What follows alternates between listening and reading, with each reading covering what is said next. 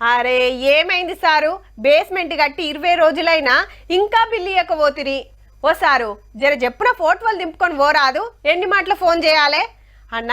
చెత్తి కూడా పోస్తుమి, గా బిల్లు సంగతి చూడకపోతివే. ఓ అమ్మ మీదికెళ్ళి రాంది మేమేం చేయాలి? మా ఇంట్లోకెళ్ళి గిన్నె తెచ్చిద్దుమా అని ఆఫీసర్లు. ఇక గా తిప్పలుండయి తీయుర్రి, ఒక్క ఫోన్ కొడితే చాలు. రైట్, ఇందిరమ్మ ఇండ్ల కోసం కాల్ సెంటర్ చాలా అయింది. గీ టోల్ ఫ్రీ నెంబర్ కు ఫోన్ కొడితే చాలు మీ దరఖాస్తు ఏమైంది, బిల్లు పెండింగ్ ఏంది, ఏడాగింది, ఎప్పుడొస్తుంది మొత్తం చెప్తారు. వనపర్తికెళ్ళి ఒకరు ఫోన్ చేస్తే మంత్రి పొంగులేటి సార్ మాట్లాడిండు కుద్దు. నా పేరు పొంగులేటి శ్రీనివాస్ రెడ్డి, మంత్రిని మాట్లాడుతున్నాను. చెప్పినది ఏం కావాలి? ఎన్నాళ్ళైంది బేస్మెంట్ అయిపోయి? ఫోటో అప్లోడ్ చేశారా?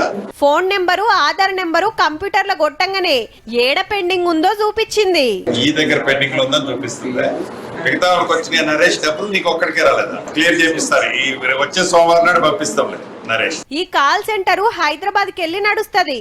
పొద్దుగాల 7 గంటలకెళ్ళి రాత్రి 9 గంటల దాకా ఎప్పుడైనా ఫోన్ కొట్టొచ్చు. హైదరాబాద్ లా జాగలు దొరకక ఆల్చమైతుందట. ఈడగిన జప్పునే గట్ట కార్యం చేస్తున్నారు. ఆఫీసర్ల నడుగుడు, లీడర్ల చుట్టూ తిరిగే బాధ లేకుండా ఇందిరమ్మ ఇండ్ల కోసం మంచి ఉపాయం చేసిండ్రు కదా.